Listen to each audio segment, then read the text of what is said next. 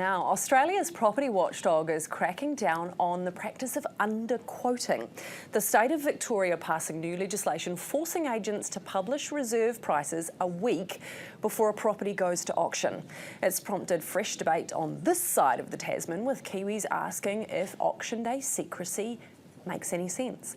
Nick Goodall is Head of Research at Cotality and he joins me now. Good morning to you, Nick. What do you think of this idea? Is it a good thing? Kia ora, Nadine. Yeah, thanks for having me on. I think initially, I suppose the idea is great, right? It increases transparency. Anyone attending that auction knows much more about what that house is likely to sell for. And so they go into it knowing a lot more. I suppose there's a potential downsides to it as well, which we might get to. But I think the initial thought is, yeah, more transparency, better information for buyers can only be seen as a good thing. Do you think that it would encourage more people to go to auction or fewer? It might even depend on where the market's at. The idea with this is that it reduces underquoting, where auctioneers will put a relatively low price on advertising their property or no price at all, get more people there, hope to encourage more bidding, which creates more competition and sees a higher price. But in a weaker market, you haven't got that many people there either. So I think it depends on how the market is going.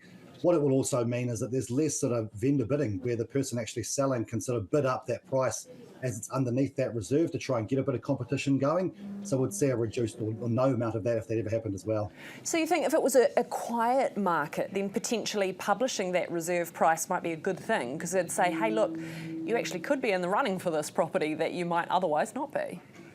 Well, especially because anyone looking at that would see it's a realistic price. They know that if they can get to that amount, they've had a builder's report, they've got a valuation maybe for that property, they know they can borrow that much.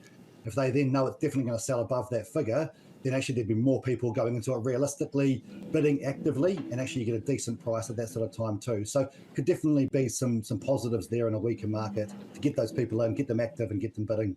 Surely it's a matter of fairness, especially when I think of first home buyers, and I've been in this position before. You go and spend money on a valuation, on a builder's report, you get the lim, you do all your homework, and you get there and the reserve price is up here and we're hoping to bid down here.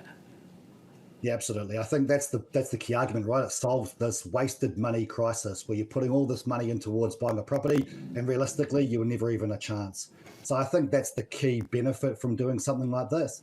It's also worth noting, though, that we are a long, long way from this, and the government has acknowledged that's not really a focus for them to look at the auction buying process. So it is probably unlikely, even if we can see those big benefits.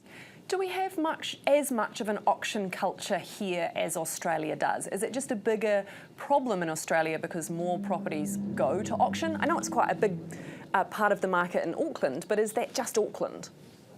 Yeah, that's right. It's a much bigger process or way of selling a property in Auckland. Upwards of 30, sometimes upwards of 50% of properties will go to auction. Nationwide, it's often less than 20%. So not necessarily a big part of the market here. I think the other thing here is that auctions, they are maybe least transparent because of this. But there are other methods that are also even less transparent. If you go into a blind bidding process with a closed tender, no one knows what anyone's bidding. You still don't know what the reserve is, and then it often goes to negotiation afterwards as well. There's been a task force that was put together in Australia to understand underquoting. They think it's a problem. We don't really know if it's something that occurs that often here either. So it might be a solution solving a problem that's not really there as well. Should we find out then if it's a problem here? If they've put together a task force, should we do the same?